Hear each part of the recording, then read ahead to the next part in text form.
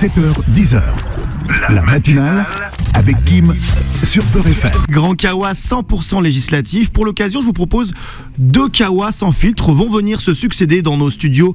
2 candidats aux législatives. Les 2 ont la particularité de vouloir battre le RN le 30 juin et le 7 juillet prochain. Les 2 n'ont jamais été députés.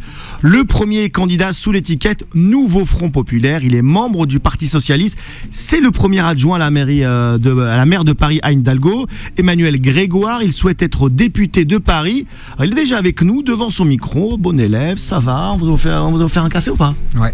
Vous prenez quoi comme kawa? Deuxième. Ouais, allongé sans sucre. C'est un vrai Algérien. C'est votre première à Beurre FM. Vous connaissiez. Vous n'êtes pas venu? Non, je suis déjà venu plusieurs fois. Ah d'accord. Non mais ici. Vous m'invitez pas assez souvent. Déjà il attaque. Vous avez raison. Mon deuxième invité est macroniste, porte-parole Renaissance. Il est candidat dans le Val-de-Marne. Loïc Signor.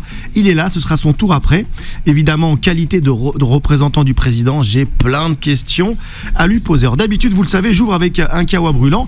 Exceptionnellement, il sera plus court, un kawa court, pour donner plus de temps de parole à nos invités, un peu plus court mais pas moins incisif. Pour ceux qui nous écoutent et qui hésiteraient encore peut-être tentés de voter RN, je me suis dit qu'ils sont rares parmi les auditeurs de Beurre FM, mais bon, il y a des vrais déçus de la politique, on les respecte, qui se disent après tout, on n'a jamais essayé le RN. Pour vous, j'ai préparé une liste, la liste des choses que le RN ne mentionne pas dans ses tracts et sur les réseaux. Alors, le RN, c'est quoi? Le RN, c'est un procès le 30 septembre prochain. 27 prévenus, dont Marine Le Pen, fondatrice du RN et réelle patronne du parti, et son ex-compagnon et maire de Perpignan, Louis Alliot, qui seront jugés pour une gigantesque escroquerie. Marine Le Pen et son mouvement sont soupçonnés d'avoir détourné des millions d'euros pour financer son parti avec l'argent du contribuable. Infraction bien plus grave qu'un vol à l'étalage, à la tirée ou un cambriolage, délits pour lesquels le RN demande souvent zéro tolérance. Le RN, c'est un député, Frédéric Boccaletti, condamné pour des violences avec arme à feu contre un homme noir, un député qui a également tenu une librairie d'extrême droite antisémite et qui pourtant a été investi en 2022 par la direction. C'est ça le RN. Le RN, c'est un maire, celui de Fréjus, David Racheline, poursuivi par la justice pour mauvaise gestion.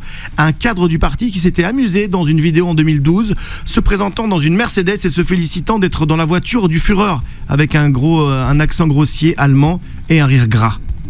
C'est ça le RN. Le RN, c'est un député fraîchement élu en 2022, Grégoire de Fournas, qui crie dans l'hémicycle qu'il retourne en Afrique au moment où le député Carlos Martins Bilongo, d'origine angolaise et congolaise, prenait la parole. Le RN, c'est un parti qui revendique le statut de parti du peuple et du pouvoir d'achat, mais qui vote en octobre 2022 à l'Assemblée contre le rétablissement de l'ISF, l'impôt sur la fortune. Le RN est un parti qui vous dit qu'il défend les femmes et qui n'a pourtant jamais formulé une seule proposition pour réduire les inégalités salariales et qui, lors du débat sur l'inscription de l'IVG dans la Constitution, s'est déchiré en interne. Alors je ne m'attarderai pas sur sa filiation directe avec le FN et son chef historique antisémite et raciste condamné pour ça, Jean-Marie Le Pen, et son héritage Waffen-SS. Je pense que cette démonstration n'est plus à faire. Ce matin, j'insiste sur cette brève piqûre de rappel, car le meilleur allié de l'extrême droite et des mouvements xénophobes reste l'amnésie collective. Mais eux, faites-leur confiance, ils n'oublient rien. Alors mon invité, c'est Emmanuel Grégoire. À Paris, on le connaît bien. En province, un peu moins, on va être franc. Quand Anne Hidalgo, elle est fâchée avec la presse, c'est lui qu'elle envoie parler. Moi, je l'ai souvent interviewé. C'est le premier adjoint à la mairie de Paris, membre du PS, admirateur de Jospin. Il me dira si je me trompe. Il se lance enfin pour un mandat législatif national. J'ai envie de vous dire, vous faites partie de ces personnalités qui se disent les circonstances sont tellement graves qu'il faut mouiller la chemise, c'est ça ou pas ? Oui, c'est ça. Je pense qu'il faut chacun prenne conscience de la gravité du moment. Et je veux dire, beaucoup de gens le savent. Beaucoup de gens qui sont très directement menacés par le Rassemblement national. Je rappelle un chiffre. À Paris, 25% des habitants ne sont pas nés en France. Dans la circonscription où je suis candidat, de très nombreux habitants se sentent très directement menacés dans leur liberté publique, dans leur liberté simplement d'agir, dans leur liberté fondamentale et dans leurs droits. Il faut comprendre que se joue vraiment l'avenir du pays. Ces moments de cristallisation de l'histoire, je le dis avec un peu de gravité. Oui, gravité, on voit, vous avez presque changé même de visage, vous êtes arrivé tout sourire, là vous parlez en étant grave. Il faut essayer de faire un peu des deux, parce que à la fois le moment est grave, mais il faut aussi essayer de convaincre par l'enthousiasme et par des perspectives. Mais vraiment, il faut appeler tout le monde à aller voter, à faire barrage au Rassemblement national. Et moi, je suis un candidat investi par le Nouveau Front Populaire, qui est un rassemblement de la gauche exceptionnel dans les conditions et la rapidité avec lesquelles il s'est engagé, parce que nous voulons porter un message d'espoir. On sait que le vote RN et le vote des désespérés, le vote des oubliés, des fâchés, des colériques, et puis aussi, et surtout, et ne l'oubliez jamais, des racistes, des antisémites, qui se cachent certes, qui ont ripolliné la façade, mais qui en réalité sont tapis derrière. On le voyait sur la liste aux élections européennes, et vous avez rappelé le cas, y compris de députés actuels, dont le comportement n'est jamais mis en avant, alors qu'il est incroyable. Il y a ce processus presque habituel aujourd'hui au RN, c'est de vouloir comme ça effacer son passé. Ils y arrivent un petit peu. Mais la plus grande des ruses du diable, c'est de faire croire qu'il n'existe pas. Le Rassemblement National est devenu le Rassemblement National. Avant, il était le Front National, précisément pour engager ce processus de respectabilité. Mais rien n'a changé. Rien n'a changé dans les arrière-boutiques. Rien n'a changé dans les intentions. Et les intentions, c'est de menacer tous les étrangers, tous ceux qui ont des ascendances étrangères. C'est de menacer la liberté religieuse, qu'elle touche la communauté musulmane ou qu'elle touche la communauté juive. Et c'est attenter au droit. Il faut comprendre que quelques minutes après le verdict des urnes dimanche soir, il y a eu une ratonnade, parce que c'est comme ça que ça s'appelle, contre des gays dans Paris. Donc voilà, il faut comprendre la menace qui pèse sur le pays, mais je crois que la responsabilité qui est celle de la gauche, c'est aussi d'incarner de l'espoir et pas seulement un vote de protection. À Paris, il n'y a pas trop de risque de voir le RN gagner, on va être franc. C'est un électorat, on va dire, plutôt à gauche, ou on va dire à droite, ou parti traditionnel. Alors votre adversaire, c'est l'ancien chouchou d'Emmanuel Macron, l'ex-ministre Clément Beaune, qu'on avait reçu ici. Vous allez aller défier directement, je dirais, l'essence de la Macronie, un peu, vous. C'est-à-dire que vous avez quand même une vraie prise face à vous, quoi. Oui, j'ai décidé d'y aller notamment pour ça. Pourquoi ? Parce que je pense que le président de la République et tous ses ministres avec lui ont une immense responsabilité dans la situation du pays. Pour deux raisons. Le premier, c'est que le pays est totalement fracturé. On a mis les Français les uns face aux autres. On a laissé prospérer la haine, que ce soit à travers les manifestations de haine contre la communauté musulmane, contre la communauté juive, contre la communauté gay.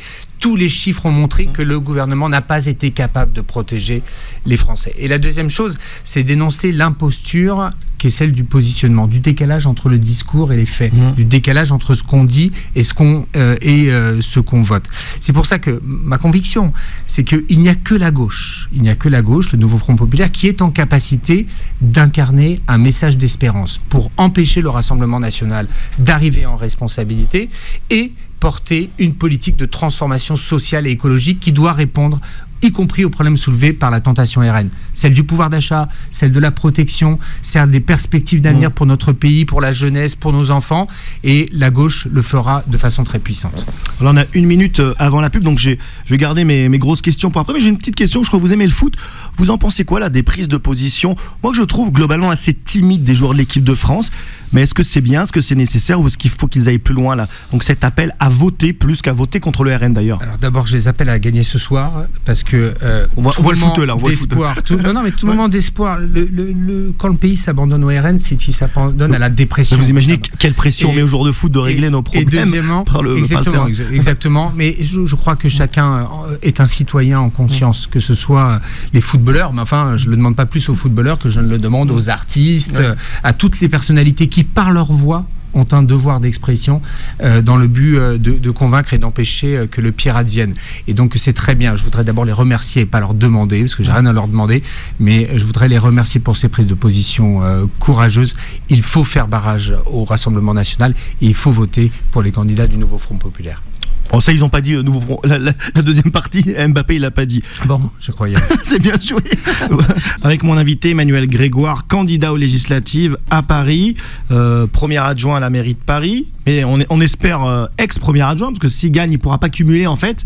Donc, peut-être qu'il sera le député qui devra abandonner son mandat local. Alors, j'ai une question assez simple. C'est qui le responsable de la situation actuelle ? Le RN, seul, responsable avec son discours haineux, les médias indulgents, voire révérencieux avec le parti d'extrême droite, Emmanuel Macron, qui, selon moi, a accéléré, a été le catalyseur de l'acceptation du RN comme acteur politique régulier, ou vous, la gauche, qui avez abandonné les classes populaires.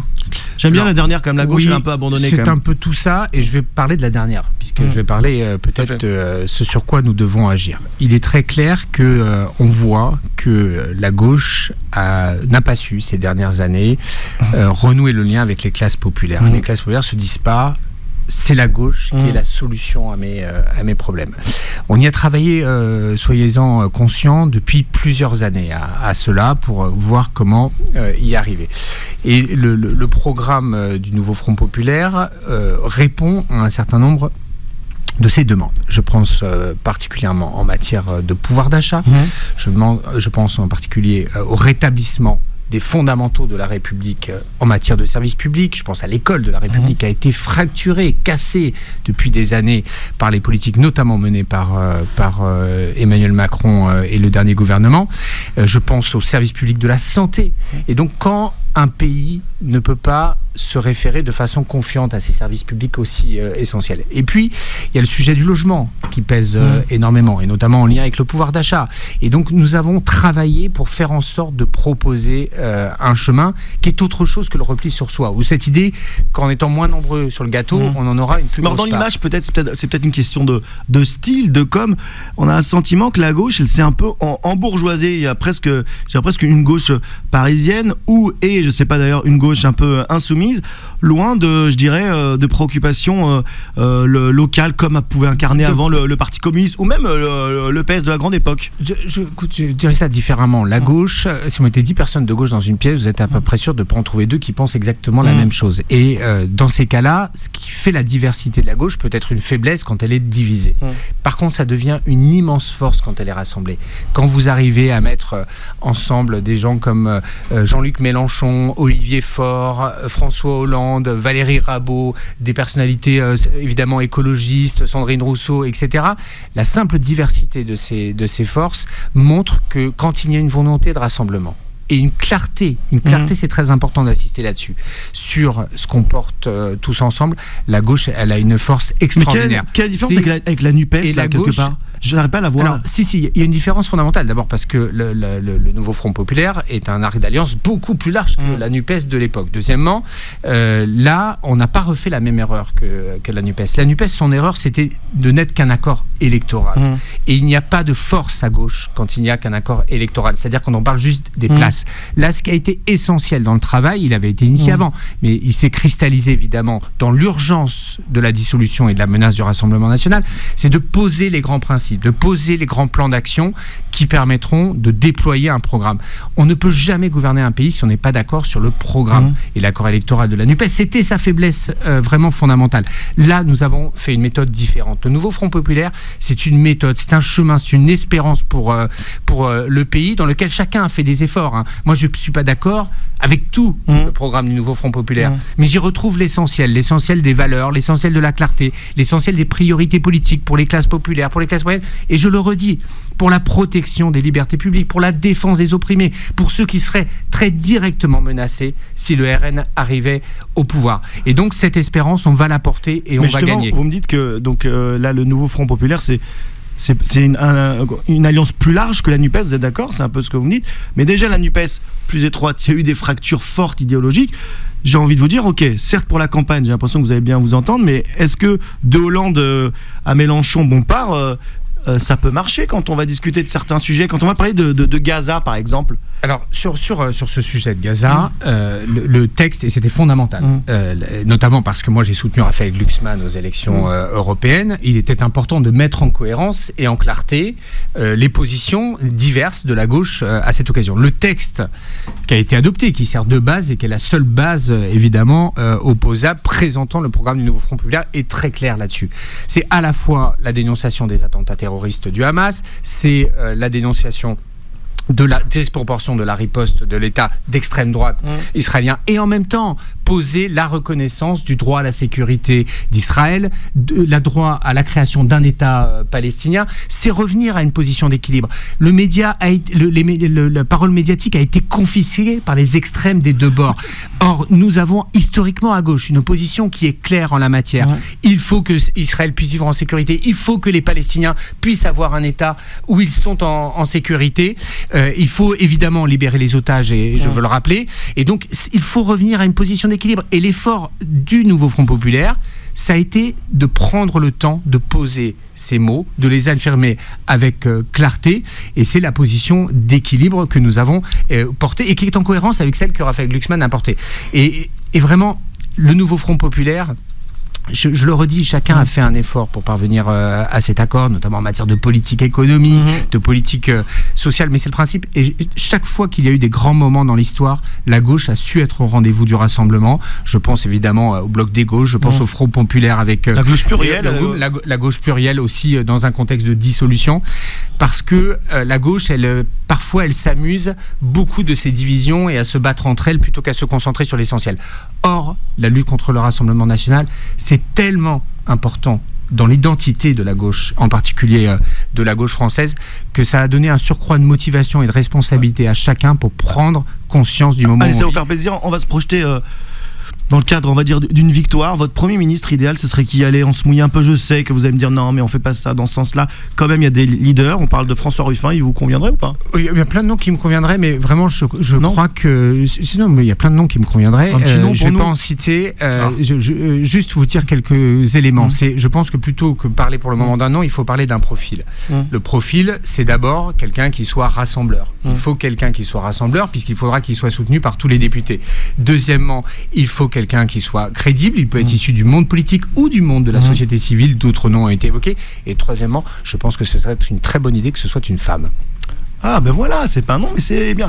Bah écoutez, merci, ça, c'est pas mal pour terminer, ça quand même, ça ouvre des pistes. Hein, parce que voilà, ok, moi j'ai des petits noms qui remontent en tête, merci. Merci en tout cas pour cette invitation. Je dirais bonne campagne, elle va être express. Oui. Ça c'est rapide, ça c'est pratique pour le coup. Vous partez pas pour 3 mois de campagne? Non, on sort de 6 mois de campagne, mais c'est très enthousiasmant, c'est très court. C'est d'ailleurs, je le dis, un braquage démocratique du président de la République. Il a misé sur l'impossibilité de ses oppositions de s'organiser pour conserver par défaut le pouvoir.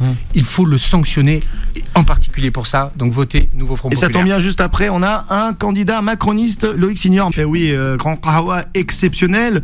2 invités pour le prix d'un, j'ai envie de dire, pour 2 kawas sans filtre. Et comme c'est l'Euro de football, il y a eu un changement à la mi-temps. Hein. Voilà, ce n'est plus Emmanuel Grégoire, c'est Loïc Signor. Loïc Signor, c'est le porte-parole du Parti Renaissance, macroniste, on va dire candidat sous l'étiquette majorité présidentielle. J'ai une première question, Loïc Signor. Il va comment, Emmanuel Macron, là? Bonjour. Bonjour, déjà, ça va Asdine, ça va très bien. Et écoutez, Emmanuel Macron, je l'ai vu lors de la conférence de presse qu'il a tenue en début de semaine dernière, et il est déterminé à faire barrage au Rassemblement national et puis aux extrêmes, on va en parler dans leur globalité, dans toutes leurs composantes. Donc il est déterminé à faire en sorte que ce pays puisse continuer à exister dans le monde, que les Français aient toujours moins d'impôts comme nous avons commencé à le faire, et surtout mettre fin aux divisions qui peuvent parfois exister entre les Français. On va rentrer dans tous ces détails, les extrêmes, évidemment la lutte contre le Rassemblement national, empêcher que l'extrême droite arrive au pouvoir. Mais déjà, je veux comprendre en quelques mots, pourquoi cette dissolution? Il y a 11 000 théories, il y a autant de théories que de scénarios futurs possibles. On a le sentiment quand même qu'il s'est un peu trompé, j'ai dit on a le sentiment, j'ai le sentiment, je vais être encore plus franc, que tactiquement il a pas bien évalué les choses. Alors pourquoi cette dissolution selon vous, ou selon les éléments qu'il vous a peut-être glissé comme ça au creux d'une oreille? J'en ai pas parlé directement avec lui. Moi, ce que je vois, c'est que beaucoup pensent que cette dissolution, elle intervient après le résultat des élections européennes. Moi, je pense qu'elle intervient après le résultat des élections législatives de 2022. Les Français ont fait un choix fort, élire Emmanuel Macron, réélire Emmanuel Macron, mais derrière, ne pas lui confier une majorité absolue. Au mois de juin, en 2022, Elisabeth Borne, après une demande faite par le président de la République, reçoit les forces d'opposition à Matignon. Et elle leur tend la main, du Parti communiste de Fabien Roussel jusqu'à la droite républicaine. En gros, on excluait la France insoumise et le Rassemblement national avec Reconquête. On leur dit, trouvons un terrain d'entente, voire un contrat de gouvernement. On avait été très loin, c'est une geste gaulienne. Refus de toutes parts. Derrière, Emmanuel Macron repropose à nouveau des objets de convergence à l'ensemble des forces politiques et même jusqu'au Rassemblement national. C'est les rencontres de Saint-Denis. Vous vous en souvenez? Tout le monde refuse. Tout le monde refuse de s'entendre sur quelques objets, et notamment l'article 11 pour donner la possibilité de changer les modalités référendaires pour pouvoir reposer la question. Ça sentait peut-être la manœuvre politique. Écoutez, moi je pense que c'est redonner la parole aux gens, aux Français, aux citoyens, citoyen, c'est pas de la manœuvre. Parce qu'avec ces dissolutions, moi je me dis soit. Non, mais vous voyez où je veux en venir. C'est qu'en fait le pays était instable politiquement. Et aujourd'hui, il en était un peu le responsable aussi. Parce que je crois pas, parce que quand on vient d'être réélu hors cohabitation, c'est historique dans la 5e République. Enfin, les Français ont quand même été sous Emmanuel Macron pendant un mandat. Les Français, à Dynamite Chaouch en 2022, ils mettent un bulletin au premier tour, Emmanuel Macron, très largement devant les autres. Le Parti Socialiste à l'époque fait 1%. Emmanuel Macron fait 30%. Les Républicains font 4%. Emmanuel Macron fait 30%. Derrière, il y a ce péril qui s'est opposé une nouvelle fois aux Français de l'extrême droite au second tour par Marine Le Pen. Et Emmanuel Macron l'a battu. Derrière, instabilité politique, parce que le paysage politique n'était pas clair. Et on le voit bien, Éric Ciotti, ça y est, il sort de l'ambiguïté, je crois à ses dépens et aux dépens du parti fondé par le général de Gaulle, en s'associant avec Jordan Bardella et Marine Le Pen. Mais la clarification, elle est nécessaire. Maintenant, quel est le choix qui se pose aux Français ? Est-ce qu'on veut continuer avec un champ républicain ? Vous receviez Emmanuel Grégoire, moi je n'aurais aucun problème à travailler avec Emmanuel Grégoire. Je préférerais que ce soit Clément Beaune, mon ami Clément, qui se présente à Paris face à Emmanuel Grégoire. Mais il y a des gens dans ce pays qui sont responsables, des gens qui sont républicains, avec lesquels on peut avoir des désaccords, justement, certes, mais avec lesquels aujourd'hui je pourrais travailler. Je comprends que, sans le dire, je vais le dire pour vous, vous désignez un peu la France insoumise comme ne faisant peut-être pas partie, selon vous, de cette France partisane républicaine. Vous avez un candidat face à vous, c'est Louis Boyard de la France insoumise. C'est vrai que vous vous affrontez un peu sur les réseaux sociaux. Je dirais c'est un peu aussi la nouvelle façon de faire de la politique. Est-ce que vous ne vous trompez pas d'adversaire pour vous ? LFI, RN, c'est pareil ? Qui est votre adversaire ? RN, LFI, les deux ? Alors, mon adversaire dans ma circonscription, c'est le député sortant. Ça va de soi, et c'est Louis Boyard. Louis Boyard qui, je crois, n'a pas fait tout son travail comme un député devrait le faire. Être élu député de la nation, c'est une responsabilité. Et je pense que lorsqu'on en arrive à insulter la présidente de l'Assemblée nationale, lorsqu'on fait des fausses promesses, il avait promis aux gamins de cette circonscription de gagner 1 000 € par mois pendant leurs études. Tout ça, c'est ce qui participe à la division de ce pays et à l'absence de confiance dans la parole donnée. Mais mon vrai véritable adversaire, en dehors de ma circonscription, c'est le Rassemblement national. J'entendais Jordan Bardella hier, chez vos confrères de France 3, dire que pour régler, selon lui, le problème de l'immigration illégale, il fallait remettre en cause les décisions du Conseil constitutionnel. Voilà ce que c'est le Rassemblement national. En dehors de tout ce que vous avez rappelé tout à l'heure à ce micro, c'est aussi aller contre la justice de ce pays. Donc c'est ajouter de la division à la division en ne respectant pas l'état de droit, ce qui fonde notre démocratie et ce qui fait aujourd'hui, je crois, que ce pays peut avoir effectivement des débats, des combats parfois, mais dans un cadre démocratique respectueux. Voilà le danger qui s'oppose à nous, celui de l'extrême droite. Mais dans ma circonscription, je dis aux gens, ne vous trompez pas 2 fois, ne faisons pas honte au Val-de-Marne en réélisant Louis Boyard, qui je crois n'est pas digne de ce mandat. On va être transparent avec nos auditeurs. Nous, on s'est connus dans une ancienne vie. Vous étiez journaliste. On se voyait lorsque notamment on était amené à couvrir l'actualité politique et présidentielle. Alors, vous avez donc un parcours singulier. Avant la politique, vous étiez journaliste et pas pour n'importe quel média. C'était un peu l'opposé de moi. Vous étiez à CNews. Quelle est pour vous alors vous êtes parti de CNews aussi. J'ai le sentiment que vous n'étiez plus forcément d'accord avec la ligne éditoriale de ce média. C'est le moins qu'on puisse dire. Qui avait été racheté entre-temps par Vincent Bolloré. Quelle est pour vous la responsabilité des médias, notamment aussi de CNews, dans la montée, peut-être la normalisation de l'extrême droite et du Rassemblement national ? Je précise que moi, je suis arrivé dans cette chaîne quand nous étions tous les deux dans le même groupe. Vous étiez au petit journal de Canal+, et j'étais sur la chaîne d'information continue qui s'appelait iTélé.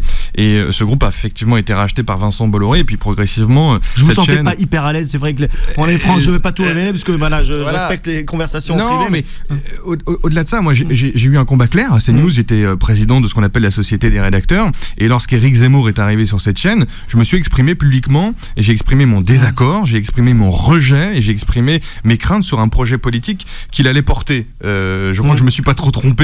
Lui, par contre, s'est peut-être trompé dans son choix de carrière, parce que ça ne lui a pas trop réussi. Sur la responsabilité des médias, moi je pense qu'il y a des votes qui s'expriment, des voix qui s'expriment dans les urnes, et il faut les entendre. Il faut entendre cette colère. Alors, parfois, elle est exprimée à la télévision avec caricature, et c'est notamment le cas d'éditorialistes qui courent les plateaux de CNews. D'ailleurs, quand je me battais sur CNews contre un certain nombre d'éditorialistes, je m'étais pas non plus trompé là aussi, parce que c'est Pierre Gentillet, qui était un avocat. Mais moi, je disais, il n'est pas avocat. Et c'est un défenseur d'Éric Zemmour et du Rassemblement National, investi il y a 3 jours par le Rassemblement National. Il y avait un éditorialiste qui s'appelait Guillaume Bigot. Je dis mais on peut pas laisser Guillaume Bigot parler sur notre chaîne. Il est en train de défendre le programme du Rassemblement National, investi il y a 2 jours par le Rassemblement National. Des avancées cachées quoi quelque part. Eh ben oui, et c'est ce que je déplore. Moi, que l'on fasse sur CNews des reportages sur des rodéos urbains, sur l'absence de sécurité, sur l'attaque d'un commissariat, écoutez, ça me gêne pas, c'est la réalité des gens et c'est ce qu'ils vivent au quotidien. Mais qu'on aille attaquer avec mensonges et en plus sans dire d'où on parle, les musulmans, les minorités, les LGBT. Ça, moi, ça me choquait particulièrement. Tant et si bien qu'à la fin... C'est pas moi qui vous contredire. Non, mais voilà, mais tant et si bien qu'à la fin, je me suis battu en interne, en vain. Même si j'ai réussi, je crois, à faire passer quelques messages. J'ai encore des amis là-bas, parce qu'il y a des journalistes. Moi, j'étais journaliste jusqu'au bout des ongles pour cette chaîne, et je crois qu'il y a encore des journalistes. Oui. Et je pense à eux. Et je tiens à dire que quand j'étais journaliste à iTélé et puis à CNews, je gagnais pas bien ma vie. Vous savez ce que c'est, un journaliste, ça gagne pas des milliers de cents, contrairement à ce que certains peuvent croire quand on les voit à la télé. Et il y avait un mec qui s'appelait Louis Boyard, qui était dans le même groupe, qui travaillait à TPMP. Le retour de Louis Boyard dans l'interview. Et vous savez combien il gagnait Il l'a dit, il gagnait 300 € par émission chez Cyril Hanouna. Ça faisait 6 000 € par mois. Moi, je me battais pour faire une information crédible. Après, ce qu'on lui proposait, oui. Non, mais moi, je me battais pour faire une information crédible. Moi, je me battais pour informer les gens. Vous êtes invité chez Hanouna, vous y allez quand vous voulez un peu. Moi, j'y vais de temps en temps parce que, et je me fais malmener. Parce que quand je vais défendre la réforme des retraites, quand je vais défendre la loi immigration, quand je vais défendre le président de la République sur un plateau qui, fait quand même promotion des thèses de l'extrême droite par certains de ses chroniqueurs, je suis pas en terrain conquis. Mais je pense qu'il faut parler à tout le monde. Emmanuel Macron a-t-il accéléré la normalisation de l'extrême droite ? Je vais prendre une phrase de Jean-Michel Apathy, volontairement choc. Le macronisme est une variante du lepénisme. Elle est forte cette phrase, vous en pensez quoi ? Elle est pas forte, elle est honteuse. Il a vraiment dit ça, Jean-Michel ? Oui. Elle est honteuse. Dans une chronique. Elle est honteuse. C'était au lendemain de la loi immigration. C'est vrai que moi, je me suis amusé à faire un petit palmarès. Vous avez le droit de commenter évidemment. Commandez mon palmarès. Commenter une photo avec Philippe de Villiers, Hilar, un coup de fil à Éric Zemmour qui a été outé, une longue interview dans Valeurs Actuelles, la préférence nationale dans la loi immigration, un Premier ministre qui estime que le RN fait partie de l'arc républicain. C'est quand même un petit palmarès qu'on a le droit d'analyser quand même. Éric Zemmour a été agressé dans la rue. Je crois qu'Emmanuel Macron est pour le savoir d'ailleurs, à chaque fois qu'il y a une personnalité publique qui subit ce genre d'agression intolérable en République, il a un message, il a un appel, qu'importe le camp politique auquel appartient la personne. Sur ce que vous disiez au sujet de Valeurs Actuelles, je me souviens, j'étais dans l'avion, j'étais journaliste et on revenait de Mayotte.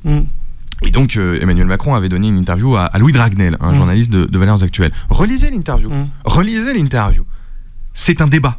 Oui, c'est un débat avec Valeurs Actuelles. C'est le fait de normaliser un média d'extrême droite. Il y a des gens aujourd'hui dans ce pays qui ont mis 40% en faveur de l'extrême droite dimanche dernier. Vous connaissez la force d'une interview d'un président. Il rend acceptable ce média. Non, il faut la lire l'interview. Et il dit vous mentez. À chaque vous mentez. Vous dites n'importe quoi. C'est pas vrai. Arrêtez d'essentialiser les gens en fonction de leur couleur de peau, leur origine ou leur prénom. Et ça fait du bien de le dire chez ceux qui normalement l'impact ne le disent jamais. Pas celui qui a été retenu. Je pense aujourd'hui qu'il faut prendre le temps, dépassionner le débat et regarder précisément ce qui se dit. C'est pour ça que je ne connaissais pas cette phrase de Jean-Michel, qui est un journaliste que je respecte, un éminent ancien confrère pour moi, et je la trouve assez choquante. Sur la loi immigration, parce que je vais y revenir aussi, moi j'ai trouvé la gauche absente dans ce débat. Quand nous avons proposé cette loi immigration, qu'est-ce qu'il y avait ? La régularisation des travailleurs pour les métiers en tension. La régularisation. On n'a pas entendu la gauche venir au soutien de la majorité. On n'a pas entendu les patrons du secteur du BTP, du secteur de l'hôtellerie, du secteur de la restauration, qu'on avait pourtant bien aidé pendant le Covid. On a laissé le débat être confisqué par la droite Ciotti et par l'extrême droite de Jordan Bardella et Marine Le Pen. Après, il y a eu un accord avec la droite Ciotti. Non, il n'y a pas eu d'accord. Justement, il y a eu une commission mixte paritaire présidée par Sacha Houlié, qui n'est pas un affreux droitard, et qui a trouvé un terrain d'entente. Vous auriez pu retirer, on peut avoir un retrait simple.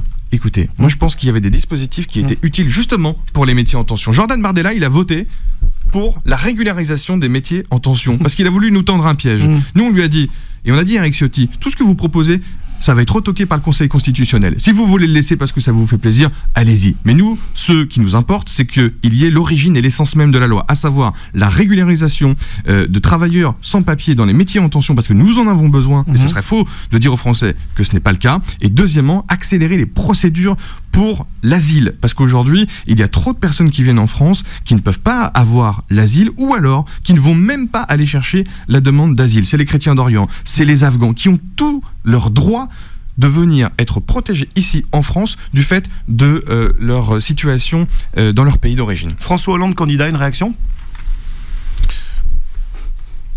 Il y a deux réactions. La première, c'est François Hollande avec la France Insoumise et avec le nouveau parti anticapitaliste dans la même alliance. Cela me choque profondément. Je crois que François Hollande, ses combats, c'est pas ceux de Jean-Luc Mélenchon et de la France Insoumise. Jean-Luc Mélenchon... Ils ont déjà été collègues dans le passé, d'ailleurs, au PS. Il y a très longtemps, mais moi j'ai entendu François Hollande un jour dire Jean-Luc Mélenchon a deux cerveaux. Un cerveau avant 2012, un cerveau après 2012. Je pense qu'il y a même un cerveau après 2022, et je pense que c'est pas le cerveau laïcard qu'avait Jean-Luc Mélenchon attaché aux valeurs de la République. Et je pense que François Hollande le sait. Après, François Hollande, c'est un ancien président de la République, et je pense que aujourd'hui c'est courageux de sa part d'aller se représenter en Corrèze. C'est bien d'avoir ce mot, courageux de sa part, franchement. Écoutez, moi je pense que depuis dimanche, c'est fair play, moi je trouve. Bah oui, mais je pense que depuis dimanche, on assiste à des prises de parole de Lionel Jospin, de Nicolas Sarkozy, de François Hollande. Moi j'ai voté pour Nicolas Sarkozy et j'ai voté pour François Hollande. J'ai voté pour François Bayrou aussi en 2017. Mais parce que vous êtes bien chez Macron, vous. Mais non, mais oui, c'est parce que je suis un afro-centriste. Parce que je pense que ces gens-là peuvent s'entendre et que nous devons nous entendre. Nous devons nous entendre. On aura des désaccords, on aura des divergences. Mais rappelez-vous, le quinquennat de François Hollande, c'est la loi Macron, c'est la loi travail. Et c'est aussi le mariage pour tous. Et c'est aussi des promesses non tenues sur la taxe à 75%. Mon ennemi, c'est la finance. C'est pour ça que je dis arrêtez de croire à la France Insoumise. S'il passe, il y aura des impôts, mais à force de raconter n'importe quoi, les gens n'y croient plus. Donc moi, je dis à François Hollande, c'est courageux, mais je me battrai contre les idées de la France Insoumise avec laquelle vous êtes alliés.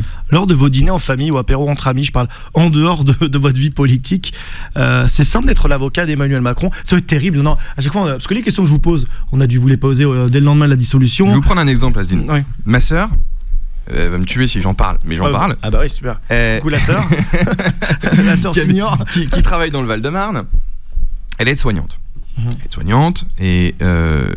elle m'a dit que le Ségur de la santé, après le Covid, ça lui avait permis de gagner X euros en plus par mois. Et ça, pour moi, c'était une petite victoire. Être soignante, c'est pas millionnaire. Quand on met des centaines d'euros en plus par an à la fin de la fiche de paye, ça change un peu la vie. Ça change un peu la vie pour mes neveux, ça change un peu la vie pour ma sœur. Et c'est des petites victoires. Elle n'est pas d'accord avec tout, vous imaginez bien. Les membres du personnel hospitalier que je rencontre actuellement, c'est pas exactement l'analyse ou le sentiment qu'ils ont. Ah bah vous lui demanderez. Oui, mais peut-être elle, parce que c'est votre sœur, vous lui apportez des éléments que l'on n'a pas. Mais si on discute avec des infirmiers, des médecins... mais c'est pas assez. Hein. Je vais pas vous mentir, c'est pas assez. Pour le travail surtout sur l'hôpital public, c'est compliqué. Mais pour le travail qu'ils font, pour le boulot qu'ils réalisent, pour les heures qu'ils font dans des conditions qui sont pas idéales et loin d'être idéales, c'est pas suffisant. Mais c'est mieux qu'avant. Et moi, ce que je dis aux Français, c'est que ça fait 30 ans que les aides-soignantes et les infirmières, elles n'avaient pas été augmentées. 30 ans. La droite avait gelé le point d'indice, la gauche n'avait pas augmenté les salaires.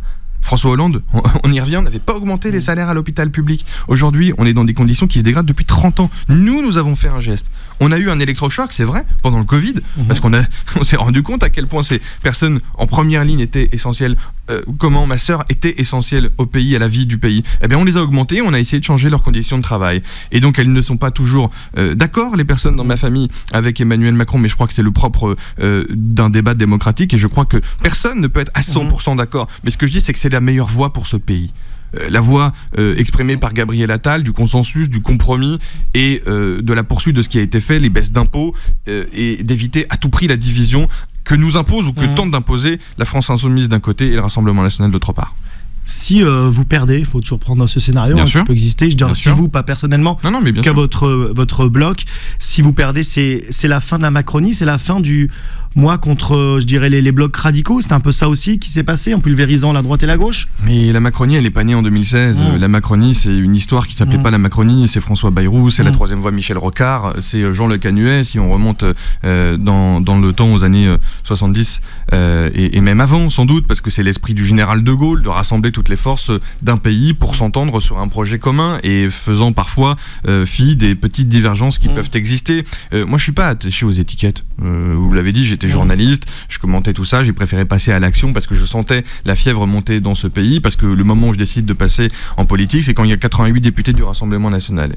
Et ça, moi, ça m'a perturbé dans mon être et je me suis dit c'est pas possible, je ne peux pas rester sur les plateaux de télévision à commenter l'arrivée de 88 députés Rassemblement national, encore moins sur CNews, et on a vu ce que ça a donné après mon départ. Donc non, moi je n'y prête pas une attention majeure. Je pense qu'il faut absolument préserver l'unité de ce pays, et l'unité de ce pays, je pense sincèrement qu'elle passe par l'action résolue d'un bloc central où toutes les forces politiques sont les bienvenues à condition qu'elles respectent notre démocratie et les valeurs qui vont avec. Bon, vous allez repartir en campagne aujourd'hui, demain? Ce soir, je suis à Marolles-en-Brie avec Christophe Béchu, le ministre de la Transition écologique, qui est le numéro 2 d'Horizon, le parti d'Édouard Philippe. On nous fait comme ça, Kim, parce que je crois qu'on a dépassé. 15 secondes. Oh, ça va. 15 secondes, ça va. Voilà. En plus, il n'est pas très loin. La circonscription n'est pas loin. On est à côté du Ah bah Val-de-Marne. là, je peux y aller, Quasiment directement. Il y a 3 RER sur cette circonscription, le C, le A, le D. Ça fait du boulot pour les députés, et Louis Boyer, il n'a rien fait. Voilà, bam, allez pour partir. 7h, 10h. La matinale avec Kim sur Peur FM.